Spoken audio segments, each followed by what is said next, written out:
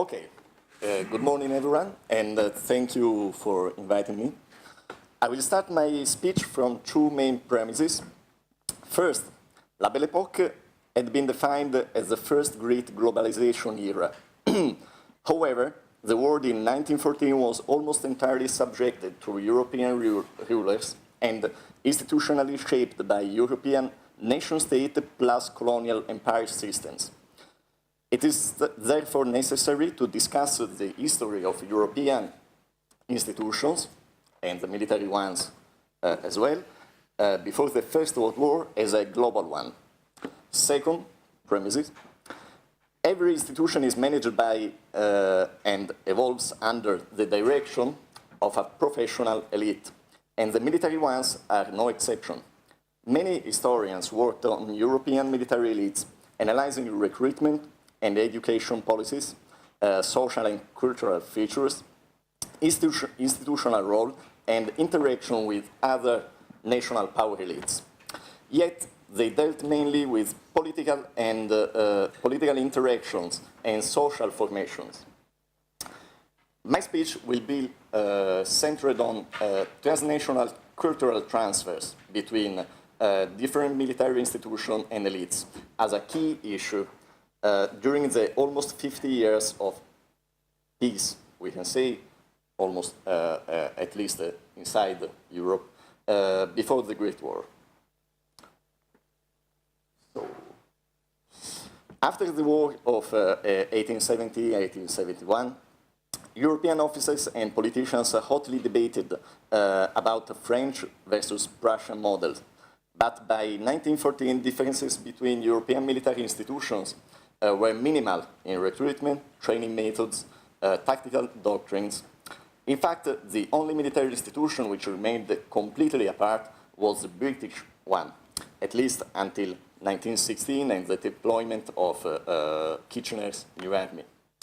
All military institutions shared general structure, we can say a pyramidal one, with a chief of the general staff at its top, peripheral articulation, permanent unit, commands, and territorial districts, and training facilities, barracks for NCOs, and war schools and academies for line officers of the line, sorry, and superior war schools for staff officers. Well, I'm going to talk about general staff schools and staff officers. Military elite members were both socially co-opted and academy selected. I must stress the importance of the latter method because every European state did invest substantial resources and efforts in establishing university-level war school. We can say a brief list. Krieg's Academy was the first, the historic one, the German one.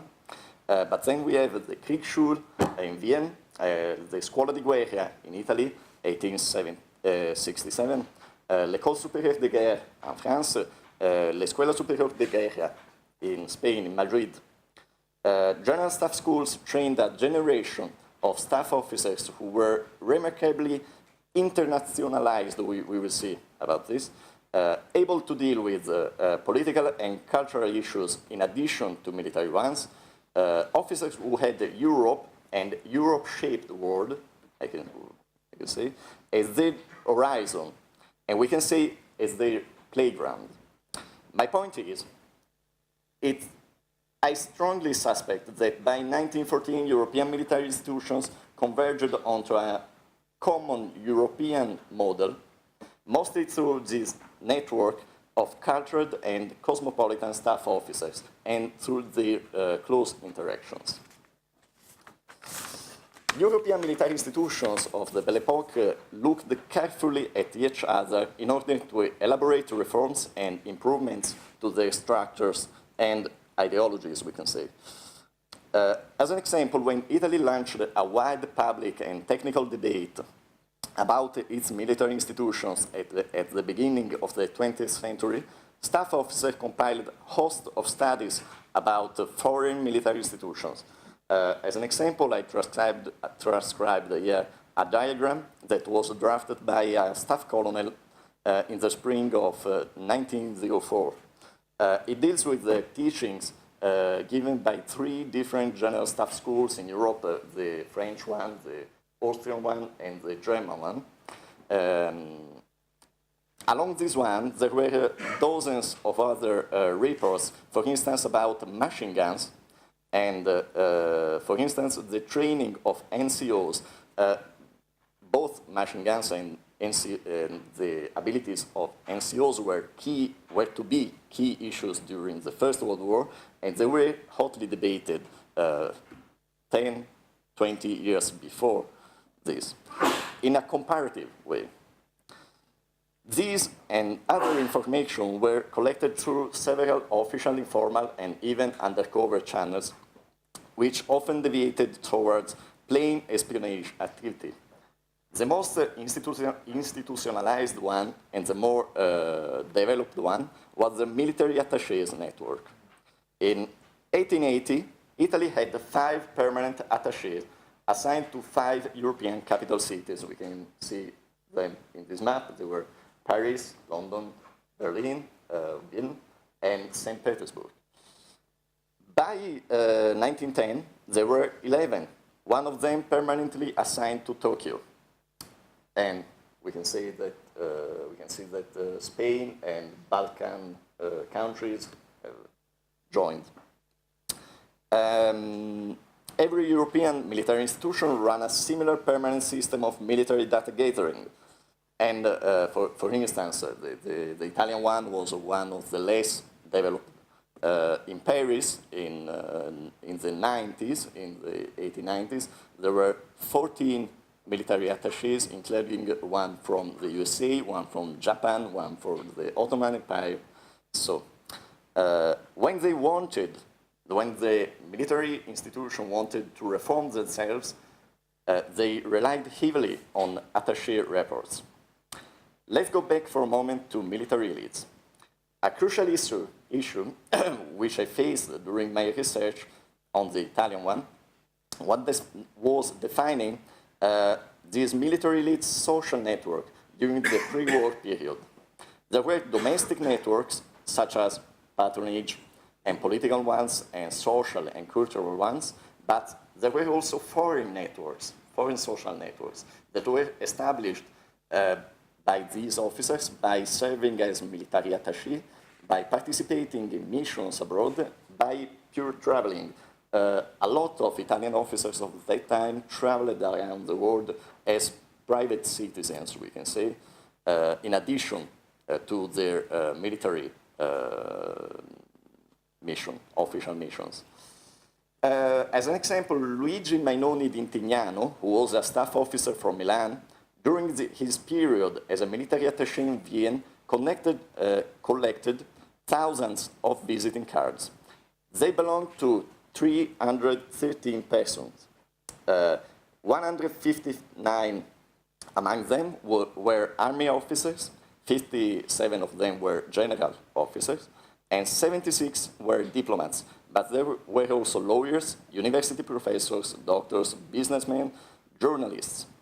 Moreover, he met with at least 13 high-level Austrian politicians, including Mrs. Auersperg, I hope to pronounce it well, Horst Wieland. Mainoni's network does not include only Austrian locals and occasional Italian guests. I found cards belonging to 25 French, 12 Russians, 9 Britons, 7 Spaniards, 7 Turks, 5 Belgians, 4 Americans, 4 Greeks, 4 Dutch, 3 Saxon, 3 Portuguese, 3 Japanese, and so on. Most of them were fellow staff officers from all these foreign countries. Marriages were another powerful means to strengthen transnational bonds between national elites and military ones as well. Many attachés married local women, often belonging to military and or noble families. But also officers which were not attachés abroad happened to connect with strangers. As an example, we can say this fine guy with his greasy hairs and big mustache, who was Roberto Brusati, a lieutenant colonel who later was a World First World War Army commander, who married an American woman while being staff officers at the local army corps in Florence.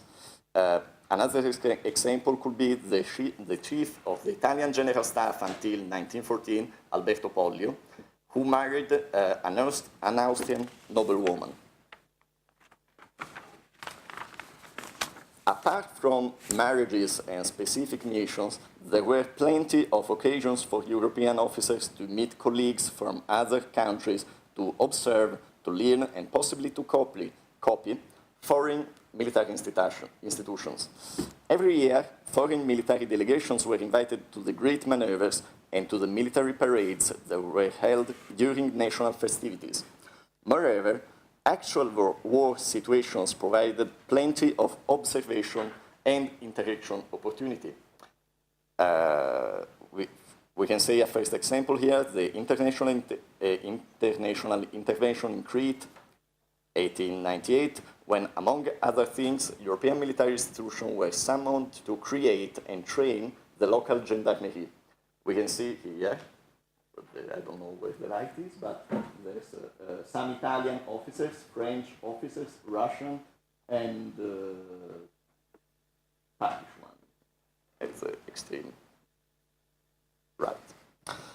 A few months later, the Second Boer War in South Africa. There were, on both sides of the war, there were military observers. On the Boer side, we can see USA, Netherlands, Russia, Norway, and France. But on the other side, on the British side, there were much more. Austria, Germany, France, Italy, Russia, USA, Spain, and we can see down there on the left, a Japanese observer. A few months later, during the Boxer Rebellion, as in Crete, European officers from several different armies had to cooperate in managing the intervention force. We can see an Italian officer, Colonel Garrioni, and French officers, British ones, Russian, Austro-Hungary, they were all there, 8 of them. A few months later, the Second Boer War, a few years later, the Second Boer Wars, Russia-Japanese war began, and maybe the Japanese officer who observed in South Africa put his, findings at work. There were on the Russian side observers from the USA, from Great Britain, Germany, Sweden, Norway, and Bulgaria.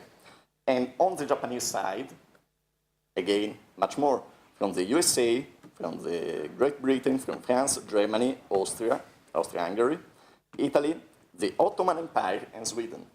We can see them in this group photo. And we have Austria-Hungary, we have France, we have Italy in the middle, we have Germany, we have Great Britain, and also in this other photo.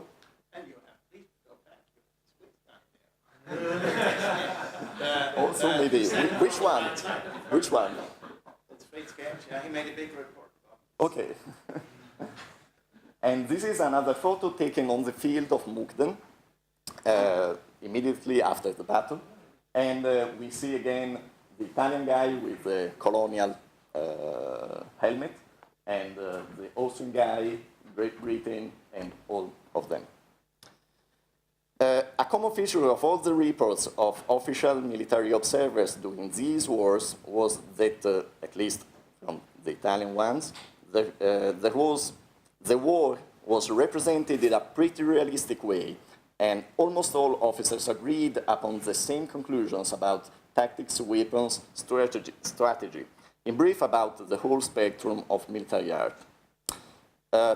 Two last reasons to reconsider European military history of the Belle Époque as a global one.